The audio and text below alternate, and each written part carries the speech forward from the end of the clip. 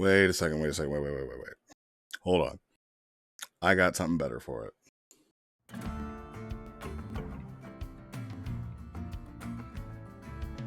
Because this is not a normal roleplay review.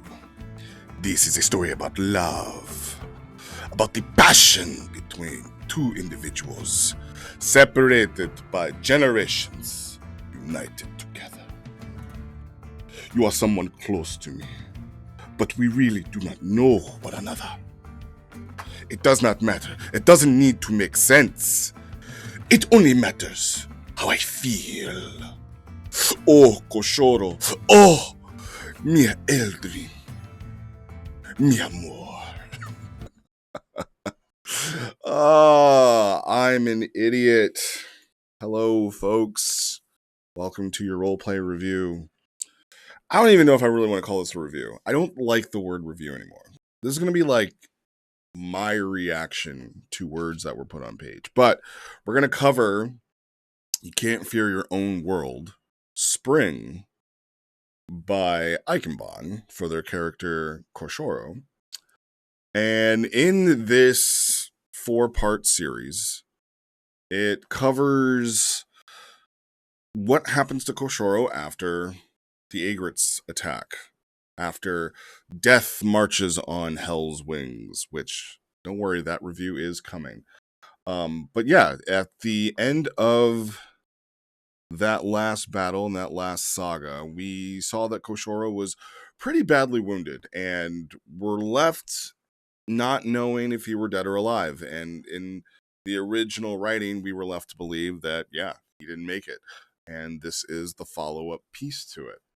And it's a 4-part series. I'm really hoping that this doesn't take like another hour long video. You guys will know how long it is before I will. I'm just going to start talking and speaking. But I got my notes to hopefully make these 4 logs as succinct as possible, get the information to you guys, and we'll talk about, things I liked, things I didn't really care for, and go from there. But I am going to do the synopsis for each part and kind of break down what happens in all 4 logs so that you guys at least understand, from spring, how do we get from spring? I think summer is the next one, and just follow along in Koshoro's story. So the characters, Koshoro, Eldrin Carthian, the Power Guard captain of Vera, Dr. Karot, which is hilarious, a physical therapist, and his long-lost, forgotten, and abandoned son, Taman. The type is drama, dialogue, romance, and lore. The arc is Coco's Bizarre Adventure, Can't Fear Your Own World. And the synopsis for part 1 is it is a series exploring Koshoro's year-long recovery on the planet Vera following the events of the Saiyan Saga and the Alpha Aigret's attack and the turmoil left behind by the promise of King Vegeta's final stand and sacrifice. Spring shows us a very weakened Koshoro, having suffered some near-fatal injuries after the climactic final battle. Having lost the use of his legs and struggling with short and long-term memory loss, he is left in the care of Eldrin Carthian, a Power Guard captain of a crumbling Super Saiyan aristocracy, and the staff of Fonlay Hospital. The journey of the crew of the Argos has not quite finished. There will be love, heartbreak, and more loss before this odyssey is complete. And we have this prologue of Winter, which it even states here that, the writer wasn't really, didn't really have their feet underneath them to figure out where this was going. And Winter, I'll say off rip, like, Winter, I think, didn't need to be here because it has in it the introduction of Dr. Carrot. I'm just going to call her Dr. Carrot, which is my favorite character for this whole arc, by the way. But yeah, they have the introduction here, and Koshoro's like jogging, trying to get the feeling back in his legs, and he's doing better each day. But yeah, like it's winter, so it's before spring. So it's supposed to be like a prologue, but he's jogging And then we get into spring, which is like the meat and potatoes of the log, and he can't move his legs, or every time he does, it's like, so I understand, like, you were just trying to, feel it out.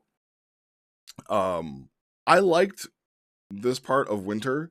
It just doesn't fit well with it. And I think it's better to start off with spring here, where it's almost immediately after the attack, and they have Koshoro, and they are trying to, fix him because he transformed into his red Ozoru form and was fighting the Alpha Aigrettes and got really badly wounded. I do believe it was like laceration in his spine. We were led to believe that, like, I think either he broke his back or his back was like slashed to where like he shouldn't be able to walk again. But for anybody who's wondering out there, band-aids cure all wounds. So by him laying in the Alpha Aigret's like blood and ooze, which the Aigrettes are the main component in the healing chambers. So it's like he's laying in this raw form of healing fluid, and that's what kept him alive. But he can't really move, and he can't really remember what's going on. So in part one, it's just an introduction to the story, right? There's a lot of dialogue. Like, there's a lot of dialogue between Koshoro and Eldrin, and they've developed a bond, these two, and they are very clearly meant to be romantically involved with one another. And that's just kind of how it's been going. So Eldrin it has, claimed to take care of Koshoro and has been visiting him every day since, or at least, often enough, maybe not every day, but often enough to where, there definitely is some sort of familiarity with it. And I'll go into that at the very end of all that. But it's just a lot of, like, part one is a lot of like explaining what's going on, like, where are we, right? Where's the place? We're in Fonlay. One of, Ike just made what she needed to tell the story, right? So we have a new city called Fonlay. They're at the Fonlay Hospital, and Ko is kind of going through a lot of physical therapy, trying to remember things. And what kind of broke my heart was this part right here, where they're talking to this person in blue, which, if we follow our instructions, Taman is in blue, so he's talking to his son. And he is saying, like, yeah, I'm like as he's talking to his son, he's explaining to this person as if they're a stranger, like, yeah, I'm supposed to talk to my son tonight, and he's really cute. And when I was in jail, his mom brought him to me, and he was really little, and I was afraid to hold him. And the person's like, hey, how old is your son? Like, he's really little. I don't know how old he is, but he's tiny. The person's like, hey, do you think they're about my age? You're way too big, but you're a cute little kid. It's like, okay, well, I gotta go, Dad. It's nice talking to you, and have fun. Tell Eldrin I said hi. And it just broke my heart, because Koshoro has always been one about family. That's been his story. It's always been, his brother that he lost, his mother that he lost, but then the family that's still behind, that he still visits and talks about. He can't quite remember them, especially his own kid. And to have a dad that's across the universe and basically paralyzed and amnesiac, it hurts, right? I would think that if I were a child, and to see my dad like that, like, you're so far away, and I can't, well, to see my to see my genetic memory, not really memory, but my part of my genetic contributor, right? Because we have to work on that dad part. But yeah, he doesn't remember him, and Dr. Carrot and Eldrin are trying their best to figure out what's the best way to fix Koshoro. And Eldrin's always coming to visit him, and it seems like in part one, like, the closer that these two get, the more sparks fly, right? To where I don't know if it's in part 1, to where it's not been it wasn't in part 1, but they're getting really close, and Koshoro's like putting his hand on Eldrin's chest to feel the power guard armor that's still in his body. And as they get closer and closer, he's like, "I've never been with someone like you before." And he's like, "Oh, you've never been with the Saiyan before?" "No, I mean," and then before they can give us the fireworks, Koshoro's chi kind of responds, and because of the way he's feeling, sparks start to fly. But then right after, like as soon as it comes, it goes, and Koshoro's back to not being able to remember him. But that's enough to kind of excite uh Eldrin, and he kind of goes back to Dr. Karot, who is his physical therapist, and he's coming up with these different ideas of like, hey, like he was moving his feet. I swear he was. And now they were so this was it. So they were in like a pool of water, and while Koshoro is trying to kick his feet, and he's trying to go through his physical therapy, not only does the spark fly, but since he's a pretty powerful warrior and he can't control it, it shoots this water out, and like it's not just like a little spark. Like this shit explodes like a geyser. And like Eldrin like on the floor, and Koshoro like had his moment of like, whoa, what was that? And then he rolls over and is like, I don't, what is going on, who are you? um and what I love about the theme that's kind of going on through all this is that if you're really reading, if you're really going into the green text here, you're seeing that Ike's keeping alive the theme that, Vera's not in a very good position. It's not in a very good state. And kind of doing more deep diving and explaining from another perspective of everything that Vera does to make Super Saiyans, and kind of is showing us like, yeah, it's from like the reader of a Dragon Ball Z fanfic, right? The idea of having this whole civilization with nothing but Super Saiyans sounds kind of cool, right? And we kind of think like, yeah, that's where DBZ would have gone, because every Saiyan that we've encountered has now become a Super Saiyan. So without Frieza blowing up the planet, or without there being a whole nother universe somewhere else that we can't get to, eventually we're led to believe that evolution would lead us here to, yeah, like Super Saiyan isn't a legend anymore, it's an expectation. And if you can't meet that expectation, then we got to do something with you, right? Like you were saying, yes, you can stay here, but like we want to build off of the premise that Super Saiyan is not, like the legend is the standard now, and you've got to meet that to hang with us, right? Like we're the super cool kids, and there's a dark side to that, and Eldrin and Dr. Carrot kind of represent that dark side, and it's always being present here. Throughout the entire story. And it starts off where you kind of see like it's not quite civil war, but it's a lot of civil unrest, right?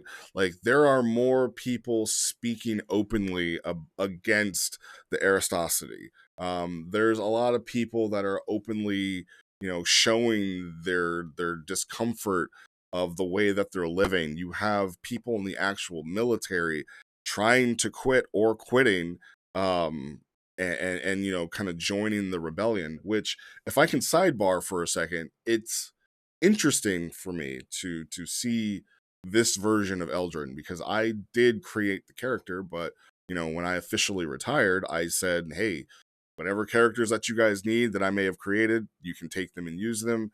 And Ike did come to me and was like, hey, like they, she offered for me to play Eldrin, and I knew I would never be able to give them the story that they wanted. So I was like, no, if you have a plot, an idea that you want to run with, go ahead. Absolutely. Take my character and do what you need to do with it. Tell the story that you need to tell. And it's like, for me, this is the first time where I've always been Ike's kind of like backup, or the person that reinforces all the cool shit that she creates. And I've always wanted to like write a plot or write a character that people were interested in, that the people wanted to be involved in, with their own perspective. So to see someone taking that and taking this idea that I had and running with it, and being interested enough in it, or finding it interesting enough to want to do something with it, is cool. But this is definitely a different Eldrin than what I created, for sure. He was very flamboyant and very, very fun and very whimsy, but in the one solo that I wrote for him, you got to see how he was really feeling. And some of that feeling is still here, for sure. I definitely see that. But it was always my intention that Eldrin was going to be kind of the resistance, I wouldn't say leader, but definitely part of it, right? Like he was going through all these instances to like rip this armor out of him, and kind of put the idea that, okay, yeah, if they want to control these people, they would put like a bomb in them. He got that removed, but he can't remove the armor from him.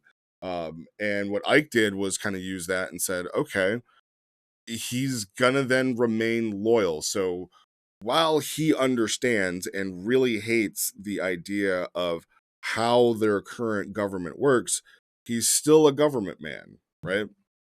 He's still trying to fight for his people. So he's kind of stuck in the middle, right? And it hurts to see that, because for me it was like, yeah, I don't want to put him through anything like that. I'm just going to make him, make him a good guy and be he was really supposed to be like the resistance liaison if anybody like Hypo needed to get a resistance going. Like, hey, who do I go to rile up the people? That's what he was supposed to be. But Ike took it and kind of flipped it and said, no, he's still loyal to, not the crown, but kind of loyal to the crown. So while Spring 1 is happening, you see that Eldrin's kind of going off and doing his thing as a power guard and then coming back. But then we get this part here where he's talking with Dr. Carrot, and they're saying like, hey, he moved his feet. I saw it, like something was happening. And Dr. Carrot is kind of like, okay, so what was going on? And he's kind of like, well, we were just in the pool and we were just kind of talking and we were just kind of doing some stuff. I'm like, and then what? And it's like, and then we were maybe about to kiss. And it's like, okay, yeah, now as a doctor, you need to stop. You are far. And she even says, like, you're way too close, right? And if you don't back off a little, your feelings are going to get the better of you and you're going to do something that you regret. Now, get the hell out of my office. We're done. Right? And it took me a while, because I had to read through these logs like 3 or 4 times to make sure that I was educated enough to make the right make a good review for it, right? Because when I got to the end, I'm like, yeah, like what doesn't make sense to me is why people are even letting this person get close to Koshoro, because he doesn't know you. Right? Like, you're saying like, oh, he remembered me. It's like, that's great. He doesn't know who you are. Why are you getting this close to this person?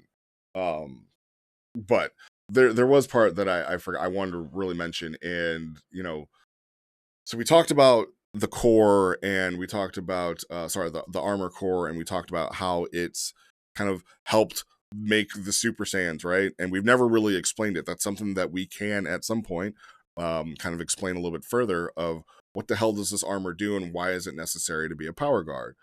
But one of the things that I thought of right away, and I even offered to Ike during the Aigretz fight, was, yeah, let's give Koshoro the power guard armor.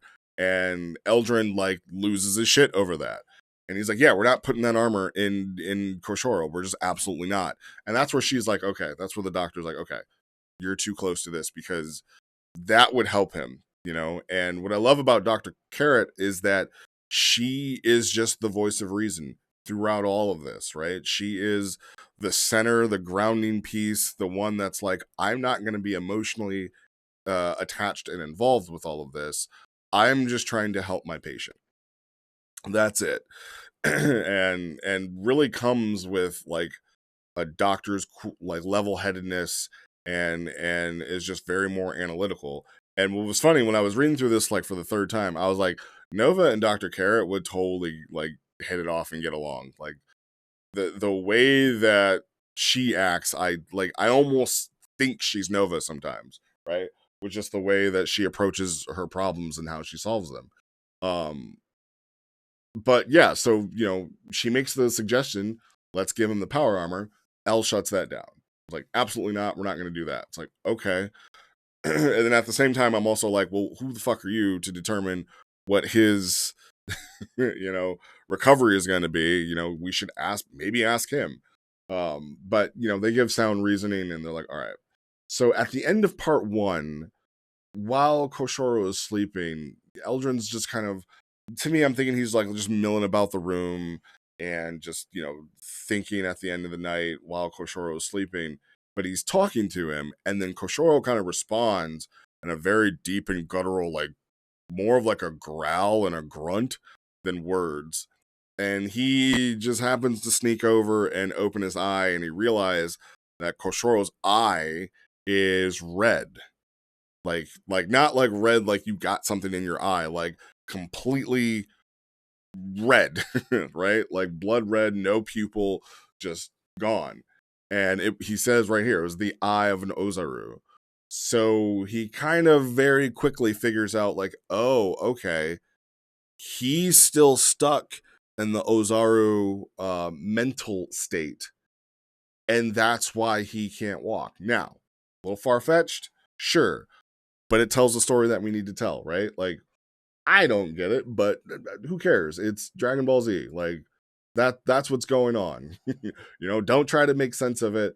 That's what's going on. So that's all of part 1. Part 1 is just, we're getting you caught up. We're introducing these characters to you. And this at the very end is the struggle that we need to overcome, right? In this series, that's what we're trying to do, right? So very, very good opening and introduction, right? Here are your characters. Here's who they are. Here's what they're about. There's this background arc kind of thing happening. And then also, here's the main problem that we need to solve. 10 out of 10, no notes, needs to happen. Great. So in part 2, Spring 2, same characters, same type, same arc, and this one is just following Eldrin and Dr. Carrot as they discuss the rehabilitation of Koshoro. And they've completed a semi-deep dive on their patient, and they determine that the only way to help Koshoro complete his failed Ozaru transformation is to try to help him become a Super Saiyan. But before they can discuss that, they meet at the Cereal Blue, for some drinks, and Eldrin is coerced into sharing his feelings. And so really in part 2, it's just more of them explaining what's going on, right? So Eldrin kind of comes into Dr. Carrot's office and says, hey, figured it out. This is what's going on. And I think part 2 might be my favorite bit because it introduces some really cool ideas, and this is where I got to get my notes from. So Blunts Themenol, right? There we go. So they're trying to explain what's going on with him, and Eichenbaden does a very good job, does some like Indon level shit to kind of explain our Hyper Dragon Ball Z fantasy somewhat in reality, which is really cool. Like this gave me like Indon and Rizian vibes, right? Of like, we're trying to explain what the shit is going on, if it could ever be possible. And so here she is. She says, I'm only sharing this with you because you were right. I do think that the Ozaru transformation was cut short. Probably when his spine was broken. So there we go. He had a broken spine. Or maybe because his body didn't have a tolerance to our Agrit sedatives, and some combination of both. So they know that, like, okay, something happened to where he didn't finish his transformation. They did a spinal tap and took his levels again. There's high concentrations of adrenaline and blunts themenol. That's the active agent in the Ozaru transformation process. It's not something we normally have ever tested because, well, there's been no Ozaru on Vera and practically no research on it. And we've never encountered it, and it's certainly never seen a failed return from it before. So Ike is introducing the idea that, like, what if, Vegeta, when he's attacking, can't deform, right? He's fighting the Z Fighters, he crushed everybody, but he can't transform back because he's just too messed up. And I thought that was a really, really cool way. And then they also say later, it's like, yeah, what do you do if you take all that power of the transformation, and instead of putting it into like your Blitz core, it goes somewhere else? And Eldrin's like, well, you become a Super Saiyan. It's like, exactly. So what if that's what we need to do to Koshoro to help him? And he's like, all right, so let's just make him a Super Saiyan. And she kind of explains that you kind of can't just do it. Like, the cycle needs to finish. And the way that she explains it is that if you're traveling through space at hyperspace, and then all of a sudden you cut it off, right? You stop traveling, like, the rest is gonna go, and you're basically gonna rip in half. And that's what she's afraid that's gonna happen to Koshoro's psyche. So it's not just, let's just torture him, let's just put him through physical trauma. Like, we've got to get his brain basically to let go and then recycle and refresh. So we can't just make him a Super Saiyan, and we don't even know if that's going to work. And it, in part two, they're also talking, so much about like the inner workings of that, but then they also found out that he is suppressing his emotions. And if I were to like start with like my first critique, it would kind of be this, because she even goes on to say, here it is. So she says, okay, you're a warrior, right? A martial artist, a Zantetsu, whatever you want to call it. You spend years of your life mastering your physical body and all the inner workings of your chi, so you can fly through the air, shoot energy blasts, catch bullets, and deflect swords at hundreds of miles per hour. You train your senses to react to the most minute details. You're a planetary level athlete who can knock a building down with nothing but your knuckles. But when things get really serious and you need to go further beyond those already impressive feats, and now she's talking about Koshoro, she's saying, you turn into a giant uncontrollable ape. You throw all your training and expertise out the damn window, and you just hope this walking disaster solves your problems with force.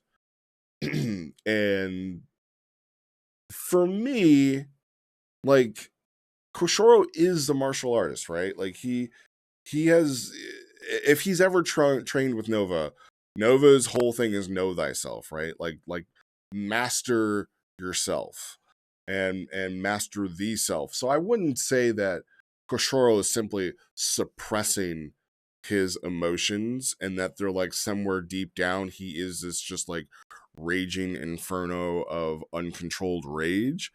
I would have like switched it a little bit. Like, say like he's learned how to control this and he is mastered the art of doing this, right?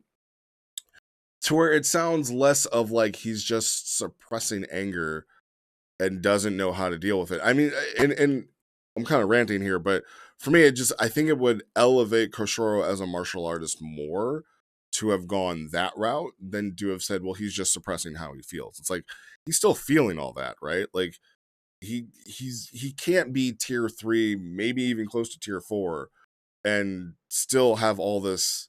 But maybe, right? Maybe. I think for Koshoro, I would have liked to seen that route.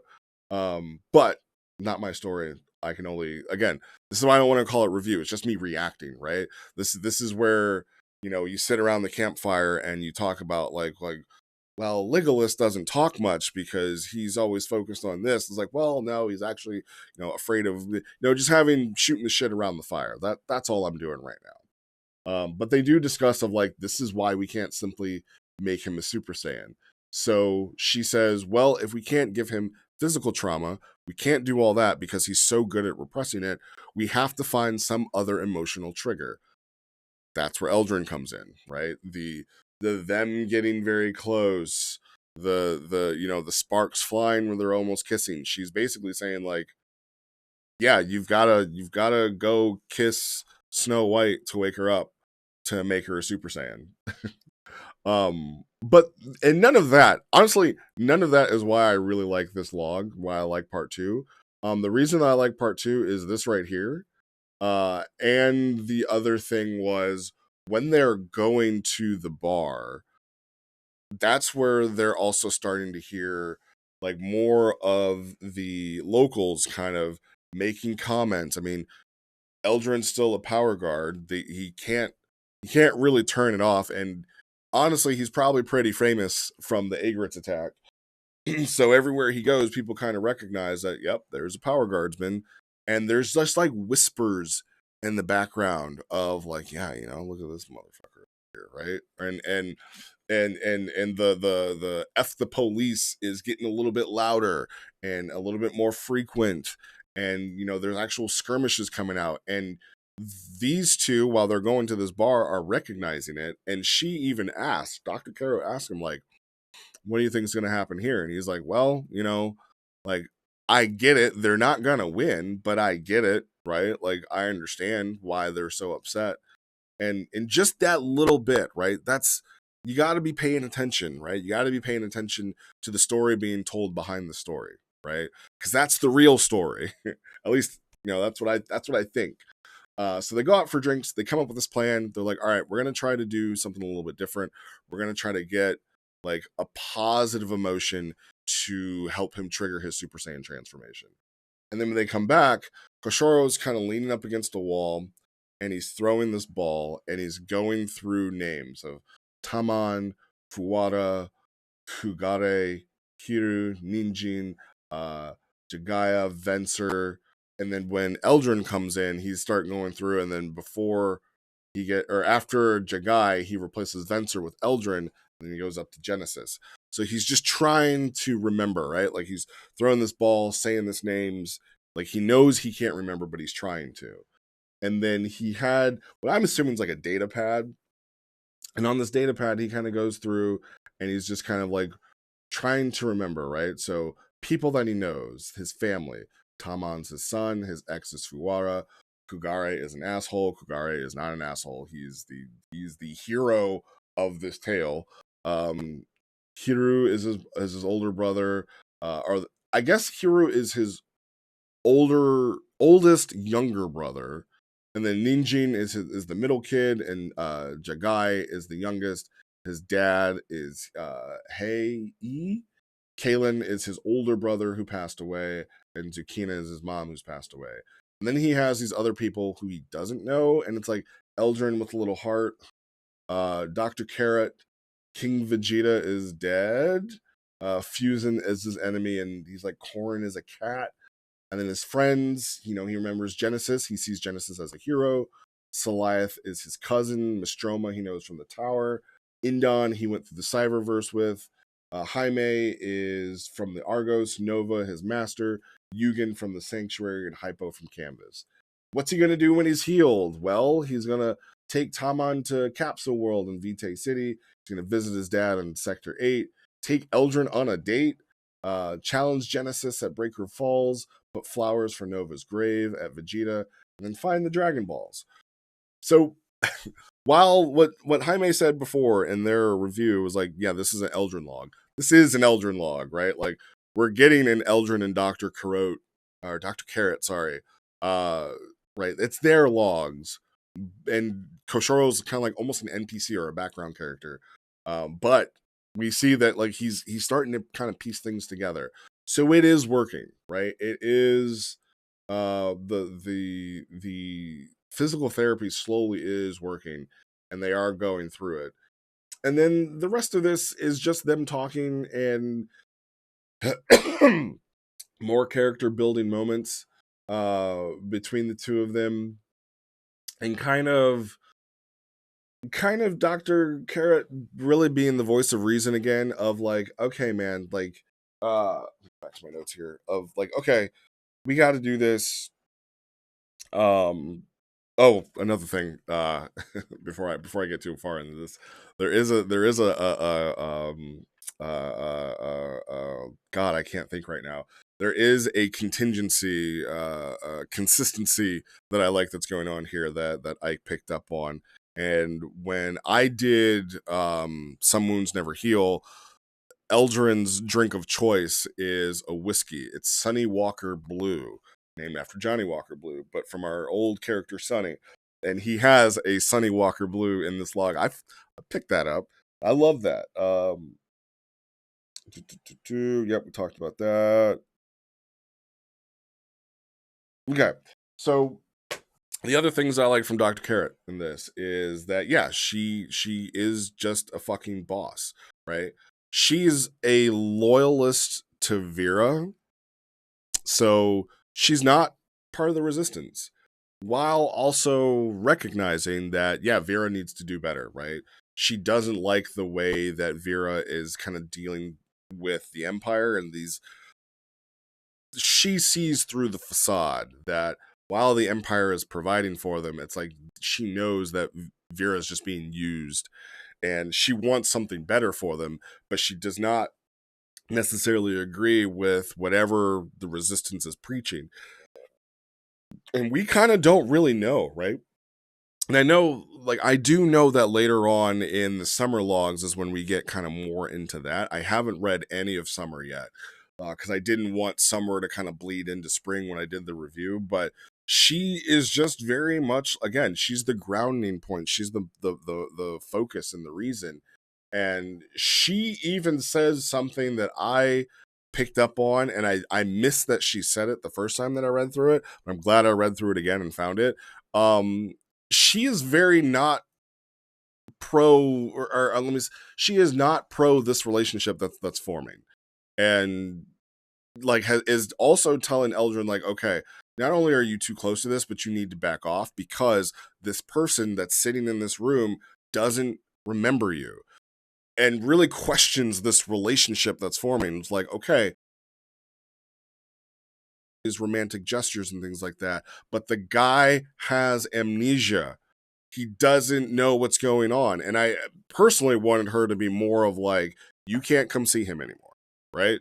Like this is not healthy for you. This is not healthy for him. While having that connection is good, like you can be part of a physical therapy session to help him get through, but these personal feelings are really getting in the way of everything. And it's just like, he doesn't know you. Every bit of this relationship that you think is forming is coming from somebody who doesn't know like their own self. They barely are lucid half the time. They're just kind of sitting there in this catatonic state.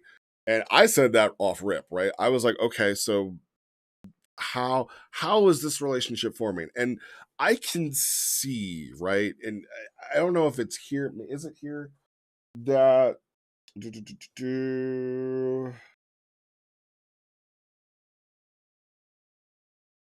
yeah, it is here in part 2 where at one point Eldrin says what because I wrote it down. What does he say? He says, I don't know him, I just know how he makes me feel.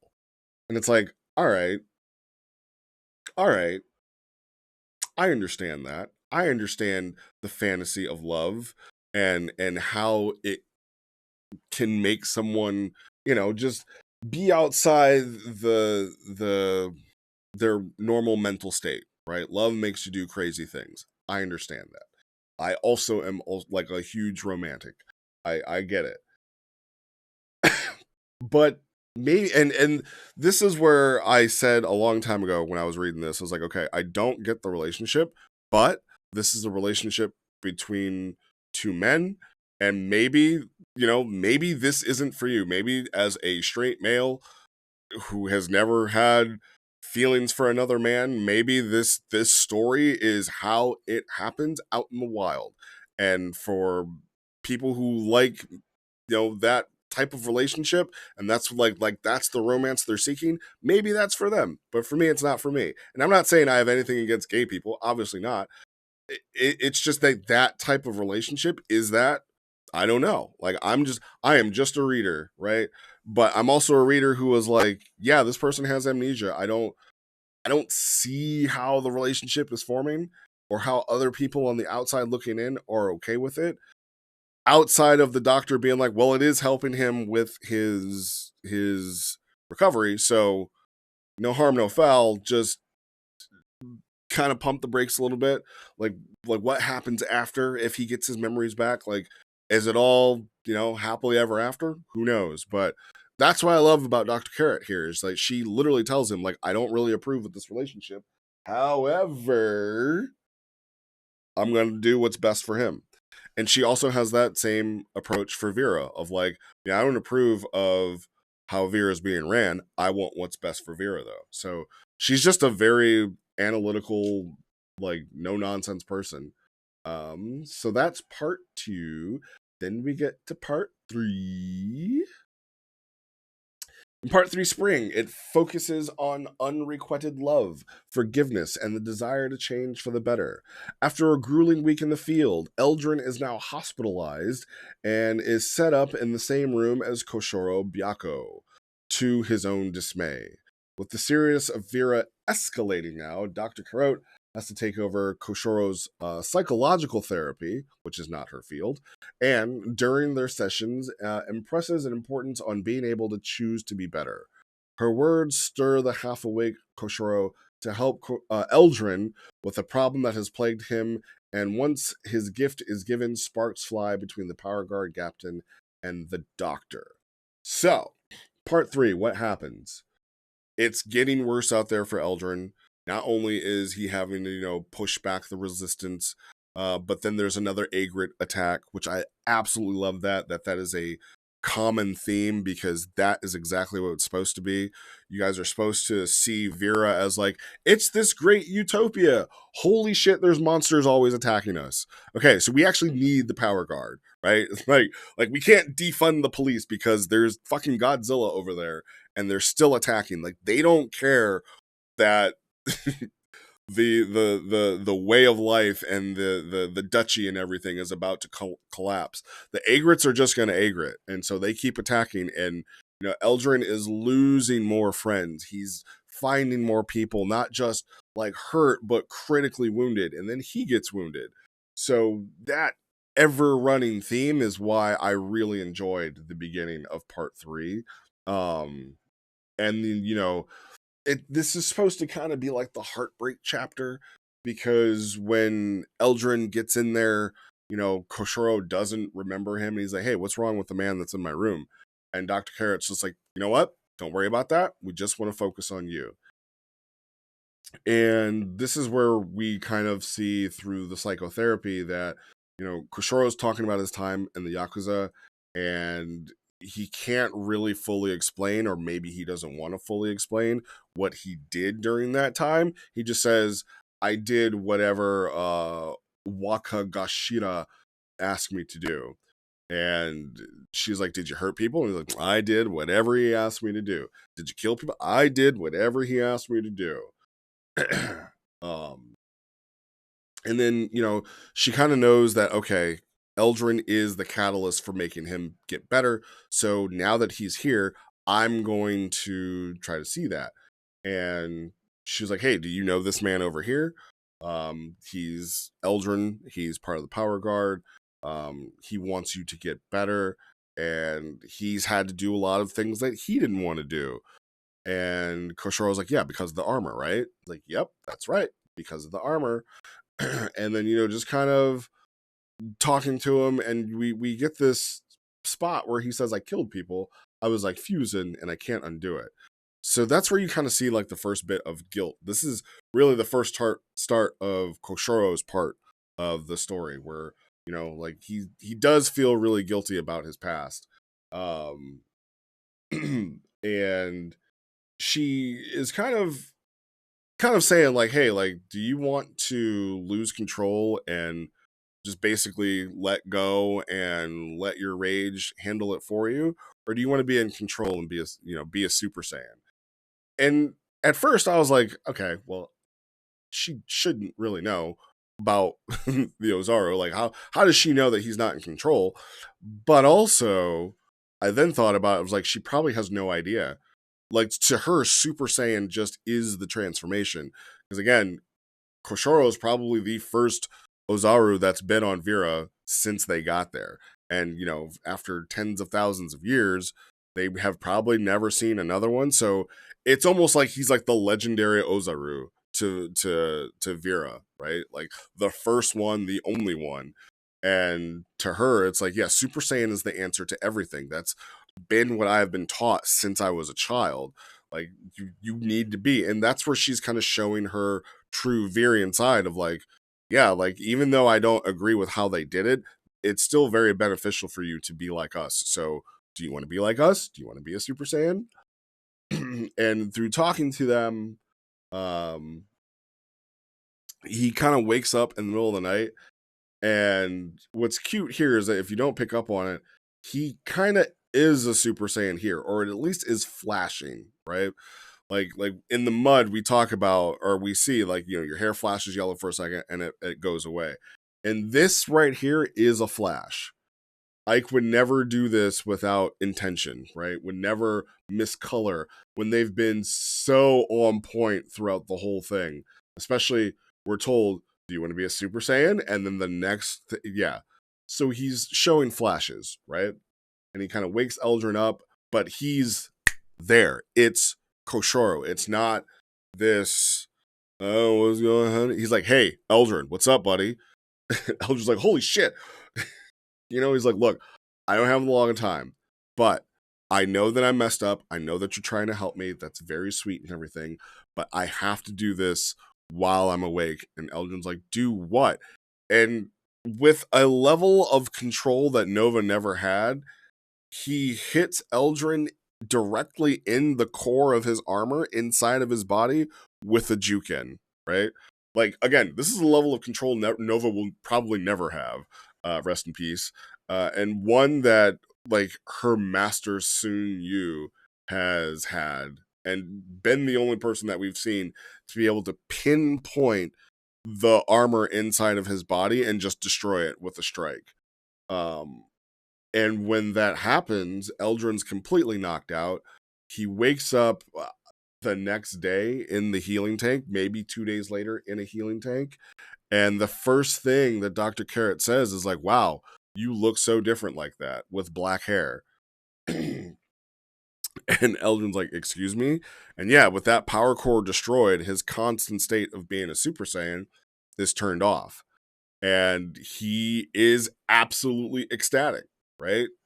He's been trying for years. I mean, I would go out and say probably 7 years, right? That this like young 25-year-old Super Saiyan has been trying to get this armor out.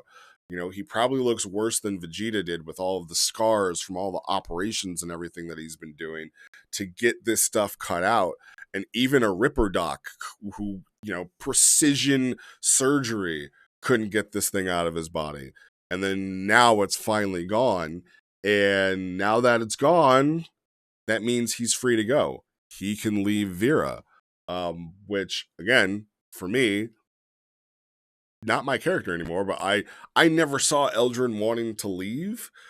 You know, I always saw him wanting to change things at home, but, you know, now he has an idea of what this freedom looks like, and he wants to run with it. He wants to be free. He wants to go.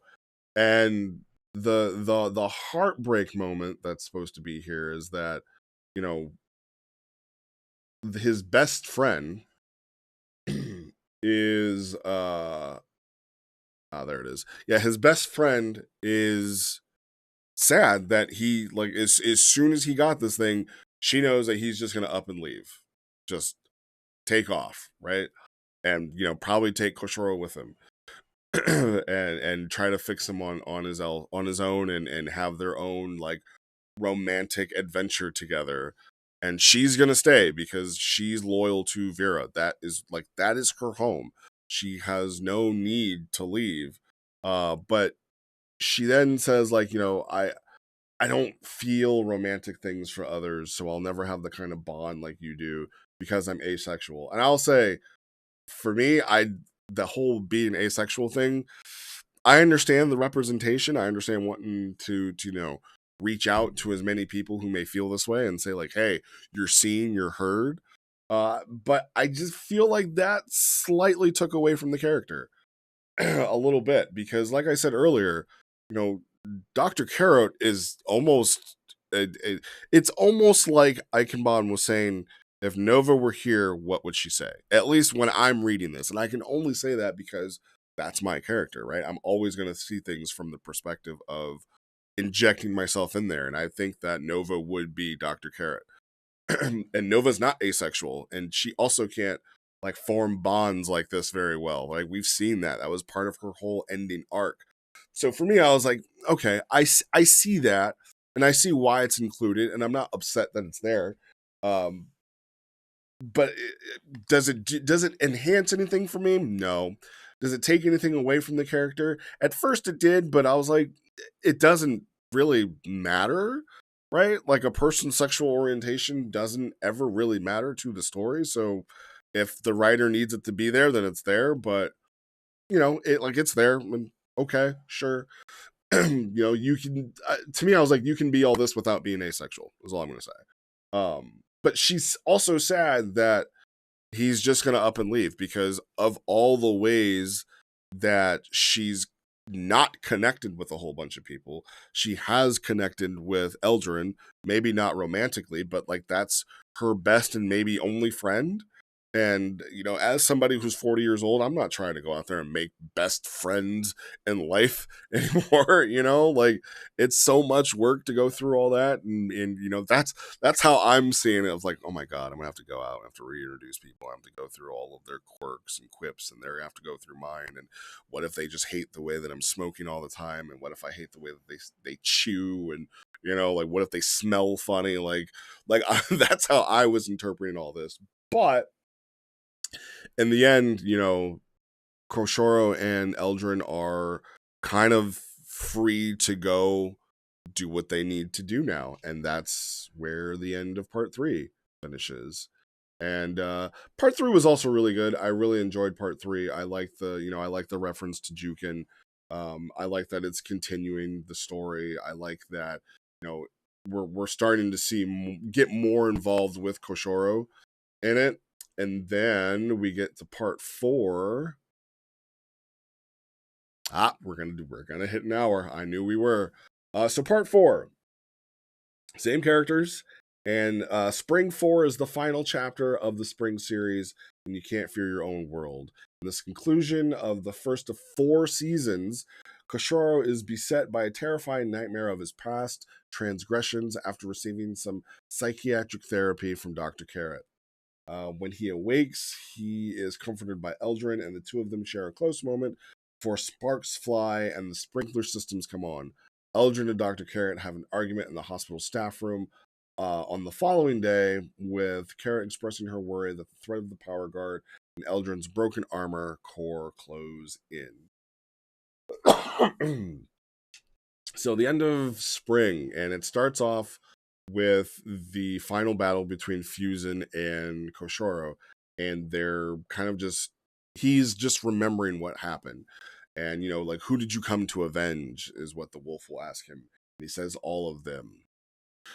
And, he's spoken, he speaks these words, and then a reflection of himself kind of drags him under even further and even deeper. And you're starting to see Koshoro get his Yakuza tattoo, right? And in like an outer body kind of sequence, he's looking at his younger self and he's like, no, don't do it. Get up, don't do it. And he's being introduced as like, the Tiger Pepper Koshoro. He's being renamed. And then, he's seeing like the the vision of the tattoo gun, and then he's saying the child, so I'm assuming he's like a very young kid, like 16, 17. And then you see him go through, and we are led to believe that Koshoro kind of murdered a bunch of people. And yeah, we're just seeing the nightmares that are being suppressed here. and his time with the Yakuza and everything. And he's basically saying, like, you're not my family. You used me. You made me do those things. You made me hurt those people. You ruined my life. You took everything that mattered from me before I was mature enough to know what it was worth. To where it's like, okay, I see that. I see why now as an adult you would think that. I would probably piss Koshoro off a lot. If I were there, I'd be like, well, you also made that decision, right? You also chose that for yourself, and it's kind of not fair for you to put this all on the bad person, right? Who led you to that? Who walked through the door, Koshoro? And that's something that only Kugare probably could say, right? The man that is with Koshoro's ex Fuwara, the man who's also raising Tamon right now, probably the only person in the universe that could say that to him. And it hit home, right? Maybe his father, maybe his dead brother, if they do like a seance again. But in the waking moments of the nightmare, he's saying, please don't go.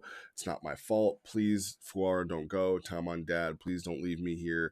Please forgive me. I'm sorry. I'm so sorry. Please don't give up on me. Don't give up on me. And then he wakes up with Eldrin saying, hey, I'm not going to give up on you, buddy. You were yelling. You were screaming. And, then it's back to kind of like, he kind of remembers me, and he says, I don't remember you, but I remember the way you make me feel, Eldrin. Oh, it doesn't have to make sense, Koshoro. We just need to be together. Sorry. So if you're wondering why I'm doing that, envisioning this as like a overly dramatic like Telemundo made it way funnier in my head. And I'm sorry if I'm like killing the vibe that's supposed to be here, Ike, but that I couldn't stop doing it last night, to the point where I was like annoying my family with it. Now, to be fair, I also recently watched the very first Addams Family, so the way that Gomez and Morticia like go after one another, it's giving vibes right now of this. And really, he's just telling like what happened. Like, he hurt so many people, he keeps hurting people. He knows that he hurt Eldrin, and he doesn't know it, but he knows that he's hurting him. He's like, I'm hurting you because I can't remember you. And he's like, yeah, if you knew who I used to be, then you wouldn't want to help me. And they start to get closer and closer and closer. He is starting to transform. Sorry. He's starting to transform because they're getting so close. And he's like, hey, I want to kiss you. And then as he's starting to do it, like I'm assuming like the steam and the heat coming off of Koshoro's body when he's about to pop sets the sprinklers off. And then, his blue eyes fade and everything like that. And, end scene. And then so now Eldrin goes back and is like, hey, he was so close, and she's like, well, he was having a nightmare. What set that off? And he's like, well, I mean, maybe that was part of it, but really it was me. It was us. It was us being so close. And she's like, yeah. And she says this a lot. Ancient Super Saiyans above, please spare me. Another great line that has just made her a real character, because nobody else says it, but she does, right? It's like Leaf and Flapjacks, right? Like, Ike's very good at finding something and making it something that only that character does, and then later on I'll come in and ruin it by overusing it. So we'll put a pin on that one. They kind of go back more into, the failed Ozaru half state is what's keeping his brain from forming short-term memories and interfering even with his long-term recall. So it stands to reason that it's also having a neurological effect of making it harder or impossible for the brains to send signals to his legs post-injury. But there is absolutely no guarantee that he'll be able to walk again, even if he transforms. So we're in unknown territory, right? We're in the unknown, the Wiz Kabansky. and or Wiz Kazbansky is actually how it's pronounced. So like she's like, Eldrin, I understand. He's getting very close. He's right there. But even if he does pop, he may not still be able to walk again. Okay, like you need to have the understanding that he may still be a vegetable. He'll just be a lucid vegetable. And at one point, I don't remember where it is and which log, but they do discuss in detail of like, okay, so he kicked his feet, so that means he has to be able to get better, right? And she kind of explains it as like, yes, there is a pathway from his brain down to his legs. Is that a highway or is it string and duct tape barely put together and it's as so flimsy, right? I love that. I absolutely loved that little bit of detail of like, yeah, even if we fix him, we don't know how well it's going to be. But after, they kind of explain, well, the core being removed, and she's kind of giving him shit. She's giving Eldrin shit here because he is, planning on leaving. And, he doesn't understand why she's so upset. It's like, hey, this is the thing I've been waiting for my whole life. Like, aren't you happy for me? And she's like, yep, I'm super happy for me. And finally he realizes, like, oh, shit. Yeah, I never took her feelings into account. Okay, sure. And so as he's going to go leave, the power guards show up. And, like, it was like the action sequences start, and he is trying to excuse me, he's trying to like get out, and because now that let me back up.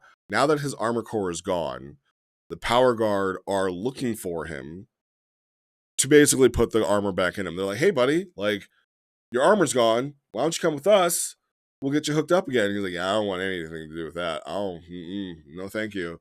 So he obviously wants to escape. He goes looking for Koshoro. He finds him and he's like, hey, we gotta go. And he's like, while I understand you don't really know anything right now, Grandpa, I need you to get in the car. All right, I will gladly talk to you about trains until the sun explodes, but we need to go right now. Okay, so can you please just listen to me and get in the car so we can go? And Koshoro was like, yeah, like, okay, but like your hair looks really nice like that today. He was like, yeah, no, wait, what? What did you just say? He's like, yeah, your hair is different. He's like, no, wait, you just said my name. Like, yeah, you're Eldrin, right? I was like, oh my god, you remember me. I could kiss you right now. And I swear to God, if these two talk about kissing one more time, like, I don't want to read it, but just write your XXX fan fiction and get out of the way. And that's not coming from me. That's coming from Dr. Carrot from part 3. She was way more graphic about it than I was. And like, they're about to leave, and she's like, oh my god, he's awake. He's excuse me, he's lucid. Like, what is going on? And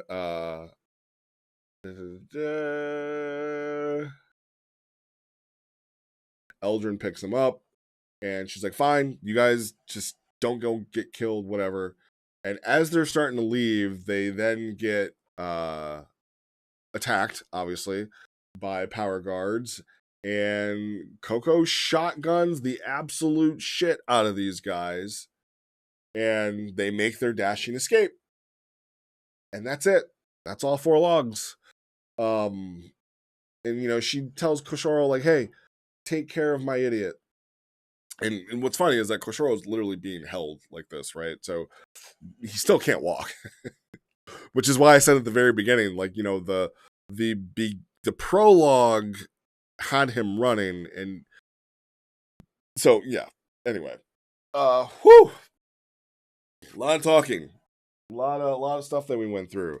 I'm gonna check my notes, see if we went overall everything.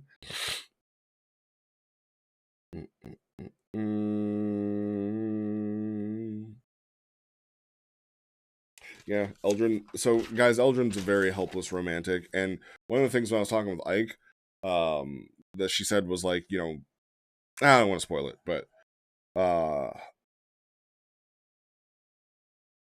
yeah, I can't. I can't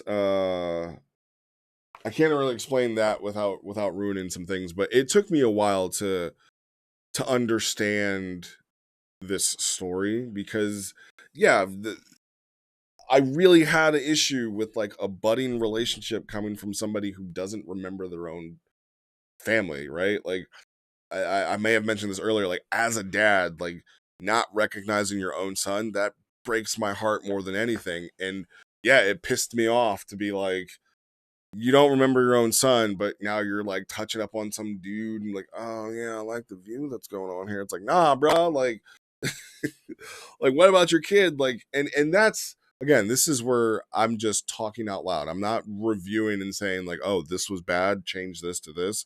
Um, and I understand, like, I get the need for wanting to write the story. I understand the ideas of wanting to do it. Um, there we go. And I understand like everything of what's going on and what's there, but you know, it broke my heart, right? It really broke my heart of Koshiro doesn't remember this person. And like a part of me wanted to ask, like, did he develop an alter during all of this? And if you guys don't know, like an alternate personality, right? A person who has personality disassociation where they create they're called alters of like God, what was the movie?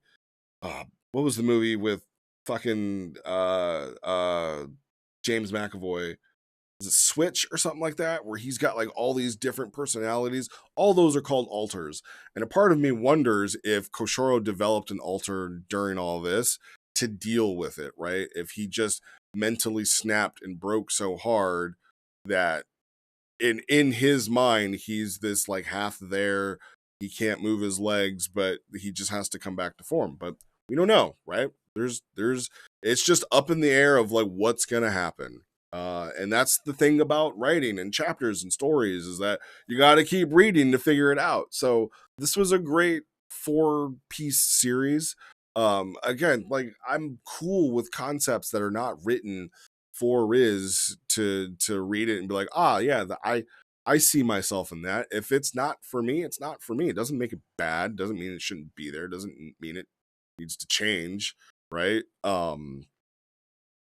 So yeah, I've ranted long enough, and if you've made your way all the way through here, thank you. Please like, comment, and I'm just kidding. I'll see you guys in the next review. Hope you enjoyed this one. I'm out.